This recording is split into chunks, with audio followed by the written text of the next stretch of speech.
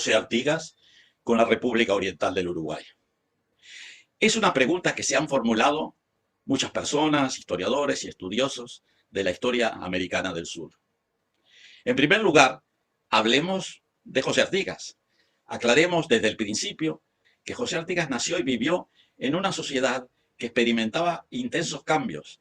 Él se crió en un territorio habitado por una escasa población, desperdigada en extensos campos solitarios, en los que grupos y personas itinerantes recorrían las praderas para procurarse los medios de vida a través de la caza y la corambre de ganados silvestres y algún tipo de comercio a menudo irregular realizado al margen de las autoridades coloniales.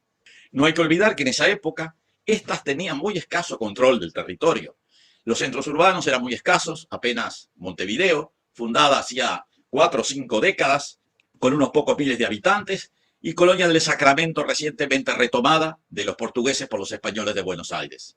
Cuando nacía José Artigas y durante su adolescencia y juventud, se fundaron varias poblaciones en el país, como Guadalupe, luego llamada Canelones, San José, San Juan Bautista, hoy conocida como Santa Lucía, Piedras, Pando, Minas, Maldonado, San Carlos, Mercedes y Rocha, entre otras.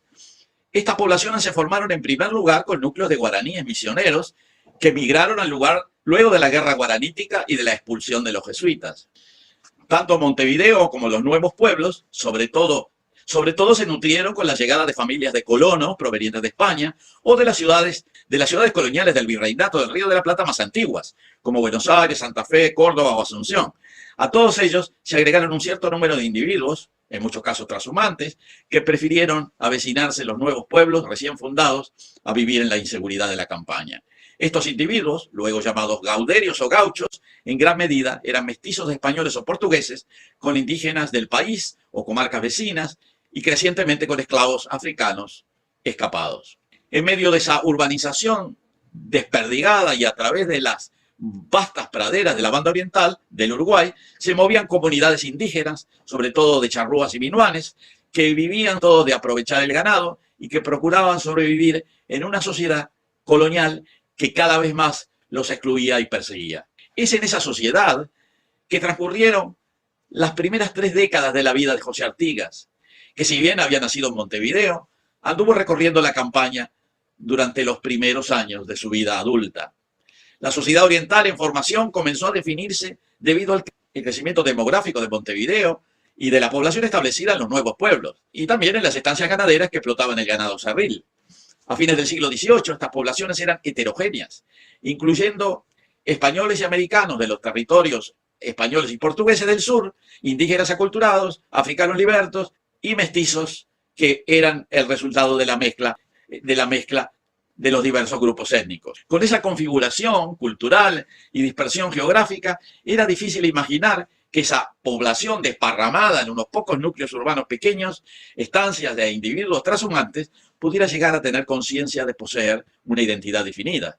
Eran demasiado pocos, geográficamente esparcidos en amplias áreas, en las que habían gentes que hablaban diversas lenguas, como español, portugués, guaraní, charrúa minuán e incluso quechua y aymara, a lo que se agrega que en algunos casos poseían creencias o rituales religiosos diferentes a los dominantes. Sin embargo, en esa desperdigada población comenzó a gestarse un sentimiento de rebeldía contra el Imperio español que se agregó al sentimiento que ya había contra el Imperio portugués.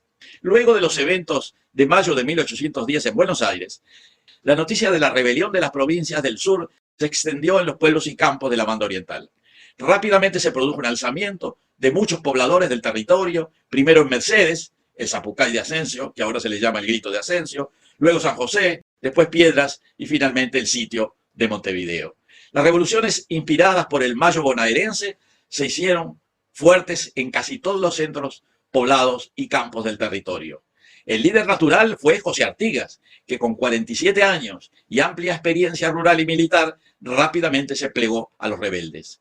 Al poco tiempo de establecido el sitio, comenzaron las desavenencias entre Artigas y otros jefes orientales con el directorio de Buenos Aires. Este gobierno de Buenos Aires había llegado a un acuerdo para permitir la entrada de los portugueses por la frontera noreste, abriendo las puertas a una invasión y control de la banda oriental por ese imperio. Como resultado de estas discrepancias, Artigas decidió retirarse al norte, cruzando el río Uruguay en los Altos de Itú, y entonces ocurrió el milagro. Inesperadamente ese pueblo que aparentemente todavía no existía comenzó a moverse, a organizarse, y en pocos días se vaciaron los pueblos y se formó una columna de 15.000 personas con sus carretas, caballos y pertenencias que se desplazó hasta el lugar de destino en el Ayuí, en la banda occidental del Uruguay. Esa fue la primera indicación que el pueblo oriental efectivamente existía. Y en los siguientes años, los orientales, pocos pero bien montados, como dice el dicho, mostraron una y otra vez que eran un pueblo que estaba consciente de una identidad en formación, siguiendo a su jefe, el patriarca de esa nueva identidad, José Artigas. La afirmación de esa conciencia se reforzó durante los siguientes 7 años. Se estableció un tipo de organización confederada basada en la soberanía particular de los pueblos.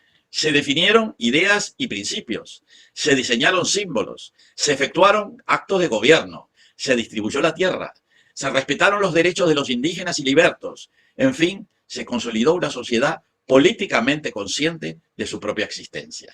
Avancemos algunas décadas. Pasaron muchas cosas. José Artigas fue derrotado y debió emigrar al Paraguay. Otros líderes surgieron y junto con otros luchadores, con numerosos luchadores del pueblo, lograron expulsar al invasor portugués. En la banda oriental se formó un estado que nació y se desarrolló con muchas luchas y dificultades. Las influencias externas prosiguieron. Hubo enfrentamientos sangrientos. Parecía que la nueva república no subsistiría. Pero en las idas y venidas se fueron recuperando algunas ideas y prácticas de la herencia artiguista. El viejo caudillo murió en 1850 y en poco tiempo la sociedad oriental, ahora llamada uruguaya, comenzó a recordar a su primer jefe.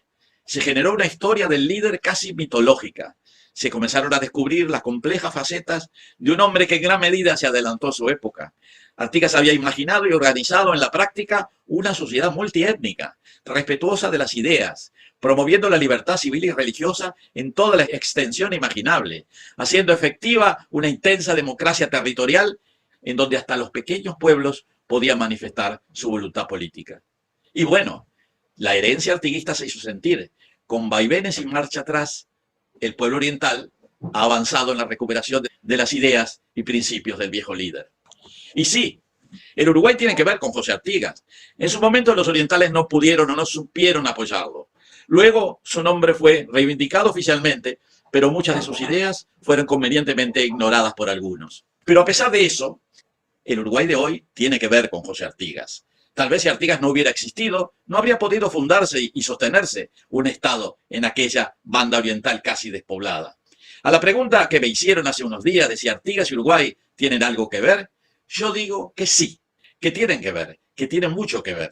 Cuando se habla de la tierra para el que la trabaja, cuando se promueve la soberanía particular de pueblos y barrios, como en las alcaldías actuales, cuando se proclama efectivamente la libertad religiosa, cuando se recuperan los valores libertarios de los pueblos nativos, cuando se mira el futuro con fe y orgullo, se está, de alguna manera, homenajeando y respetando aquellos viejos valores de los luchadores de la Liga Federal y el espíritu profundo del viejo líder.